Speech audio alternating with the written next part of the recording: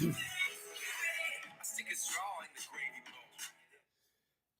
right.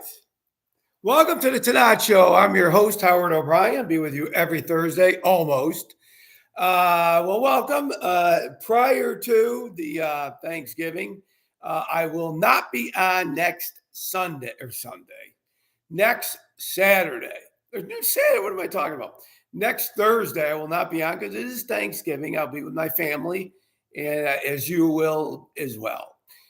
So I will be not even taping next Thursday because I'm not at the winery, and I will not be doing it Thursday. So don't tune in next week. Don't tune in, but the week after for sure. So welcome everybody. Hope everybody's doing good. I'm sorry about the last couple of weeks. It's obligations, family, and so forth. And then I did the American Wine Society thing too. So, and I forgot my board behind me. I'm not on it for some reason today. But anyways, thanks for tuning in tonight. Dave Riley is on there too. Try to find a good Gobbler song. So, and anyways, I see Judy's on here. Freddie's on here. I think Judy's on there. Yeah. So, anyways, this weekend, I do have a member event for my anniversary, the third and the final one of the year. So I do have a good little number coming. Some of you have already come to the first two, and you can certainly come to on Saturday too if you want. Plenty of stuff. And I'll be releasing some new wines, which some of you have already had anyways. So that will be good. And it's supposed to be a pretty good weekend. The rain looks like it's going to hold off, but it's going to be warm in the 60s, so it should be pretty. And come on out when you can. How's your, Greg, how's your knee replacement doing? I meant to call you the other day, actually. Greg, how's your knee replacement? I know you had it. Okay. Can you come to the anniversary thing this weekend, or you can't walk quite yet as much? Doing great. Good. You should come this Saturday then to the anniversary party at the winery, 1:30. Anybody can come, I guess. But if you can make it, stairs problem. Gotcha. Well, no, you won't have to do stairs. Unless you got to walk out stairs of your house. But no, it's on the patio, so it's a direct shot in. It's a direct shot in. We're not doing it in the fireplace room. So no stairs. There won't be any stairs at all. We're going to do it. We do it on the patio. So if you can make it, come on out. Come on out. Just let me know you're coming. Just let me know you're coming. Park in the handicap up in front. Yeah, no, park at the handicap. Yeah, park right at the handicap. You can come right in from the handicap spot, right out the front door. You'll be good to go. See, I'm solving the problem as we speak. I'm glad I asked. Yeah, just park right at the handicap spot. No problem at all. Good. So I hope to see you both. Should be a fun day. Anyways, other than that, this weekend, we're really at a slower time now. You know, almost everything is done fermenting. We definitely had a good year on some fruit, but not as like it was in 23 and 24. But we got a little conundrum of the barrels because we're about half the yield that we wanted to have. But the barrels are kind of our problem because we age them for, 2 years in a barrel. And I'm going to have some barrels that won't be used for a little while. So we're making some decisions of really what to do because, that the grains of the staves just, absorb some of that wine, and then you can get microbial bacteria. If you don't stay on top of it, we will fill it with water. We'll be using as much as we can. We may just rotate them. So we always have something liquid of any kind in the barrels. The white wine's not a problem because they're in stainless steel, and the sweet wines, but the barrel things, when you have them and then you don't use them. Now, the new ones I'm not as worried about. It's the new, the ones we rotate from. But even the new ones, they need liquid after a period of time. They'll be a little bit able to fight off disease because they haven't been penetrated with any of the, any reds or anything like that have get absorbed into the staves that you just can't get rid of. And no matter what you do, you can, we steam them, we power wash them inside with a special machine to try to get that, but they've already absorbed it. So you got to be very cautious of that. So we're just in a little area of making some decisions in that world, which is rather interesting. Normally we don't have that problem, but this year we did. So other than that, this weekend should be pretty good. And then it is the holidays, and then some of the holiday parties will be coming up, and some of you will get notified with those as well.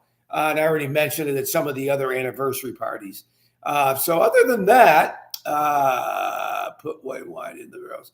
No, we're not going to do put white wine in the barrels. It's too expensive to do that. We'll keep them in stainless steel because we wouldn't keep them in there as long. And then we really couldn't use them for red wine if we did that. That's our philosophy anyways.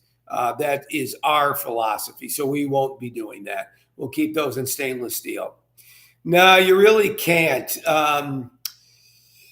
Yeah, that's a good question, but we were coming up with some new things, but we're just going to keep it airtight for a while, and I think we're going to go rack from one barrel to another, so we keep rotating, and then we'll just use it's a special power washer. You stick it in, and then it's like it's a circular spray, and it really rips it. And we'll do that a couple times to help prevent some of these things, and then we'll use sulfites to really keep microbial bacteria out, sulfur and so forth. We'll put a little light in there sometimes, a little candle of it, and then it goes out and the smoke stays in there. So we'll be trying a lot of different normal things that we do.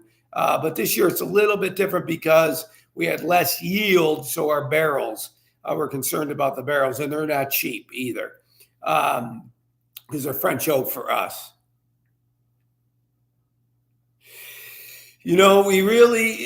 That's something we have talked about, Greg, but we're the sanitizer is the sulfur, that we'll use that, sulfur, that will really, the sulfites, the sulfur, because we use that to really sanitize everything anyways, our barrels, our tanks, our tubes and everything. So we do that anyways. Now we probably won't use that. Then we'll fill them. We won't do it with CO2 because you got to keep them moist. You need. The problem is it will swell. They'll dry up, and then they'll have leaks and so forth like that. So it's all about keeping it moist inside. With water is much better to do, or rotating from one barrel to another to keep them filled to some extent. So we're looking at different options here, but no, we don't want to keep it dry. We want to keep it moist. That's a fact because they'll swell up and they'll shrink actually. And so we could probably never use them again because it would be tough to get them to go back to the normal size. Anyways, we're experimenting a little bit here, but we're not the only ones going through it. So we'll talk to probably we'll talk to some of our barrel people. Yeah, the candle is real. It's a sulfur candle. And you put it inside the hole there, the bung hole, and then you cap it off, and then the candle goes out, and the sulfur stays inside of it, the smoke of it, and it really absorbs into the staves inside the barrel. We do that quite a bit, anyways, for preventative purposes. So we do that a lot, even on years that we are using the barrels, so we just don't want any microbial bacteria. And that's what it's all about, is the microbial bacteria. We don't want it to go bad. So, yep, there is some chemistry into that one. Normally it's not, but it is in that area. So, the stories, bestseller, things that happen at the winery, crazy. And today it kind of fit perfectly, actually. I was by myself today. Didn't really have anybody come, but I got getting ready for the weekend and Friday and all that. So, yeah, you could, Steve. Chateau Le Bourbon, you got it. So, anyways, so I was doing stuff outside. I was taking, the plants down now that are outside that have, with the frost and all that stuff. I was taking them out. I got those two Mandela ones on the front when you walk in on the side. And it was the funniest thing, actually. it really hasn't happened like this before, but it's happened, but not this close. So I was out there trying to yank the one out, and those roots really get in there into the pots and stuff. And I kind of by myself. My team had gone by. It was like probably 4 o'clock, 4 o'clock, 4:30, and it starts to get darker when it's not, light outside, when there's no sun. And I kind of heard something, and I didn't really look. I kind of took a glance, but I didn't look much. But then I heard it again, like noises, like little things. So I turned around, and there was turkeys, and they were close to me, but it was a family. It was funny as heck, and they were doing their turkey thing. And this time of year they're out in striblings next to me and in through the vineyard and stuff. And I looked, and it was funny as heck. They were walking right down the row in the front because nobody was there. So they weren't nervous, and nobody's over a stribling. So they kind of feel like there's not much around. So anyways, that was kind of funny. It's things that happen at the winery, and that's why I'm wearing the turkey thing. And that's what the competition will be about a little bit at the end. So what we're going to taste tonight is, and by the way, some of you probably already know this, but the most important thing to me on any label of a wine that I am buying or what we do, this is a legal requirement at the bottom. It says that it's grown, produced, and bottled by Chateau O'Brien at North Point, which is the winery. Now, some people can't legally say that. They can say produced and bottled. Some can't even say bottled because they used a portable one.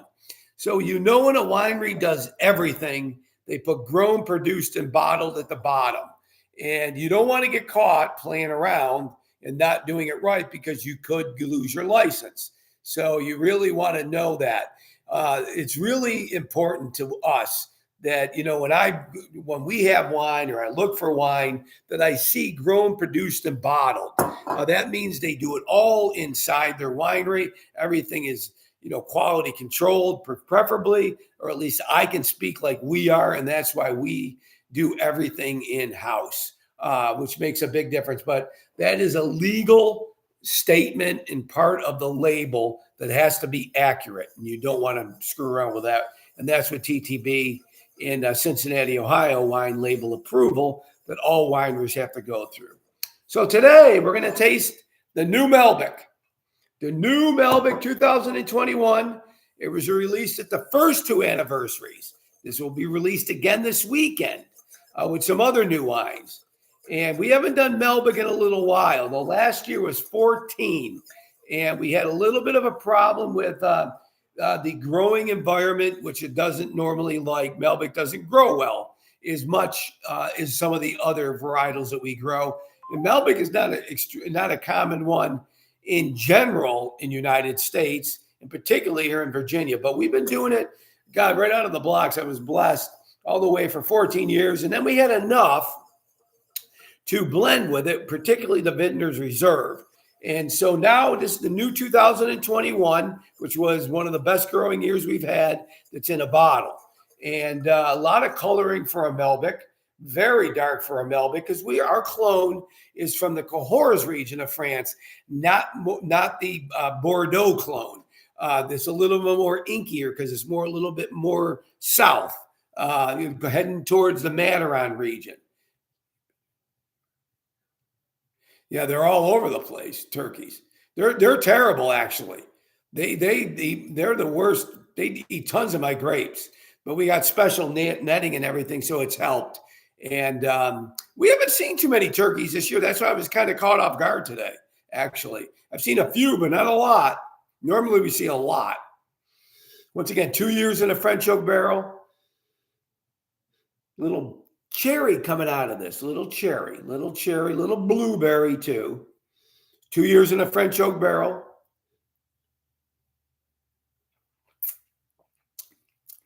Good tannin structure, soft though. 4 years old. 4 years old. So it's tannin. Malbec is not as big as the Tannat in tannin structure, but this does have tannins. I can taste it.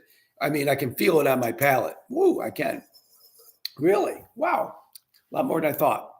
lot more than I thought. So Melbick, and I don't have much of this left actually after the first two anniversary parties this weekend. So really, we're selling it only to members now because I don't have a lot of it for the general public. I don't even think I'll be able to taste it to the general public, but I got enough for a while for the members. So if you're thinking about it, let me know. I'll hold it for you or ship it to you, whatever you want, or come and pick it up. So, anyways, for the competition tonight, you will get a bottle of the new Late Harvest Tannat. New Late Harvest Tannat 2019. Perfect for this time of year. Perfect for Thanksgiving and the holidays. And it's in a 375 milliliter bottle.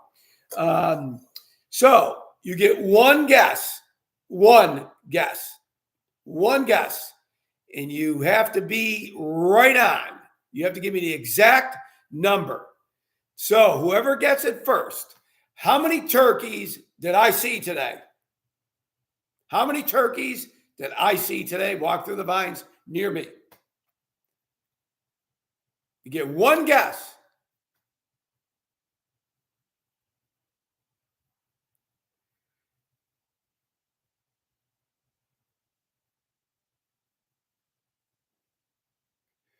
Okay, we got it.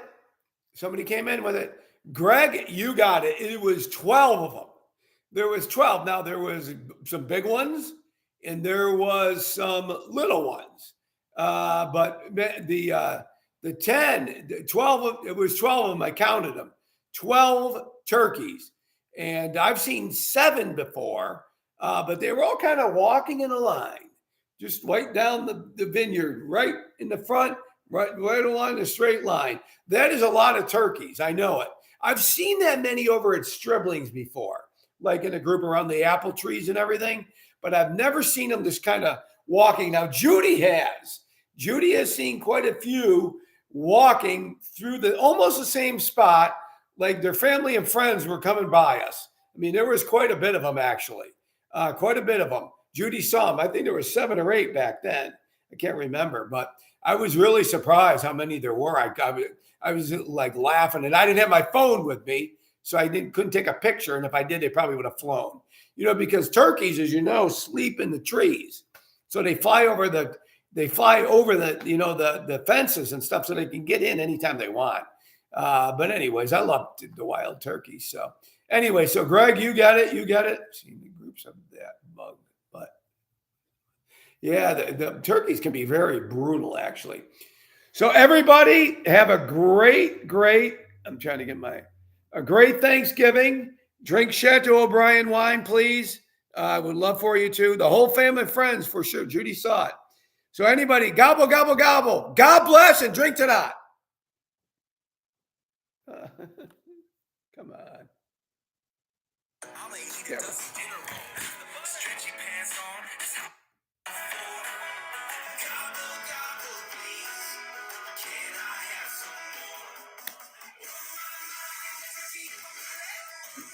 Steve, having a glass of wild turkey. Great. Yep, Greg. Yeah. Yeah, come on by, Greg. Now I'll be there all weekend, next weekend. Yep. I'll be there all weekend. God bless everybody. Be safe. Have a great Thanksgiving. Hopefully I'll see some of you this weekend, if not sooner. Take care. Drink to that.